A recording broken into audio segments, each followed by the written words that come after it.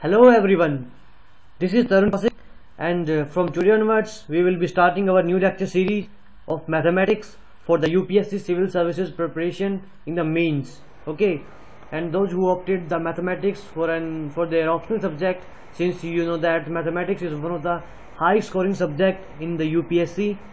So let's start that how we will be proceeding in our lecture series.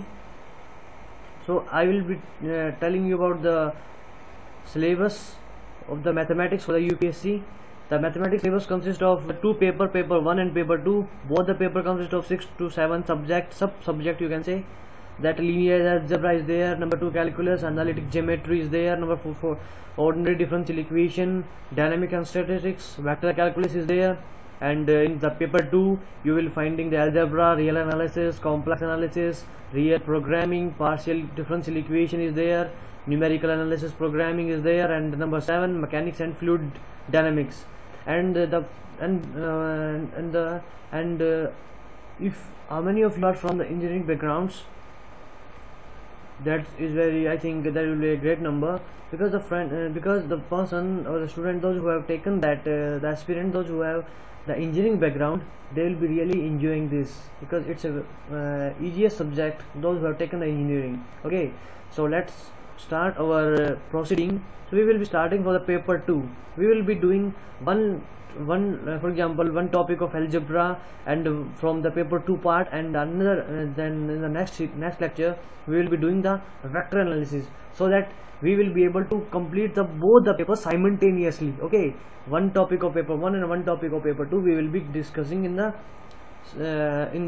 alternate lectures. Okay, so since you know that the paper 1 is not a difficult subject, paper 2 is a bit lengthy, and it seems to be a bit not a very high, just a bit complex than paper 1. So we will be starting with the complex analysis itself. Okay, complex analysis, this much is syllabus covered in UPSC, and I will be dealing with all these questions, all these topics, and I will be trying to do the questions that have appeared in the UPSC mains examination. I will be solving that, and with that examples I will try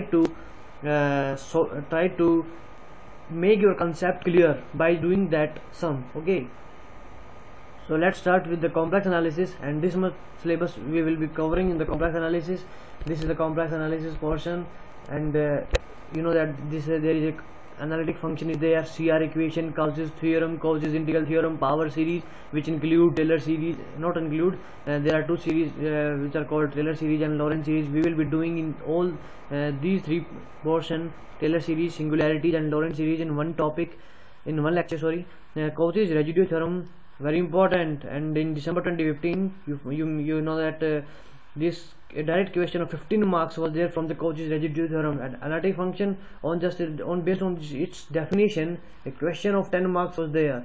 And you know these two from the Lorentz series and Taylor series, a question of 20 marks was there. You know, if you sum all these 20 and 15 and 10, then you know that the total marks is 45. You are getting 45 marks in your mains paper by just reading this complex analysis. Okay, very easy to understand and very easy and very high scoring.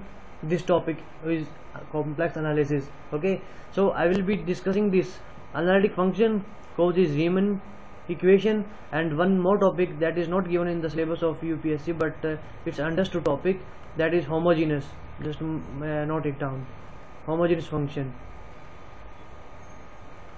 There is a question asked in the UPSC in 2015 mains paper. The question was the real, since you know that the complex number, it's a combination of real plus imaginary. Okay, in that imaginary portion is given, imaginary function is given, and the examiner want to ask about so that this function imaginary which is given, so that the function is homogeneous function.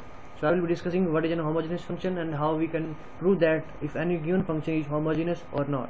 Okay, so very easy. So you will be discussing so I will be, sorry, not you will be discussing, I will be discussing this concept, and you are also required to involve in this by doing the comments in the comment section. Okay, which problem you are facing, you can let me know about your problems, then I will try to solve out the problem of this subject.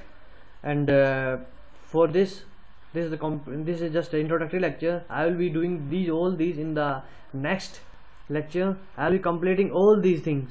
I will try to complete all these things: analytic, Cauchy, CR, Taylor, power, Lorentz, and everything I will be try to cover in the next lecture itself. One lecture I will be completing in the complex analysis, no separate lecture, because if I will be doing the analytic, then this, it will take a lot of time. So I will try to complete all these in one lecture. Okay, so please do your questions on a regular basis, because mathematics is such a subject which requires lots of practice on day-to-day basis. Not you can say that I will be doing this subject just 1 month back.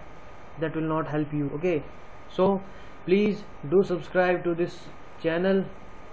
If you subscribe to my channel, then whichever videos I will be uploading on the YouTube, the email will be sent to you directly, so that you come to know about that the new video has been uploaded. Then it saves your time. Please do like this video and spread the word. Thank you for watching this video.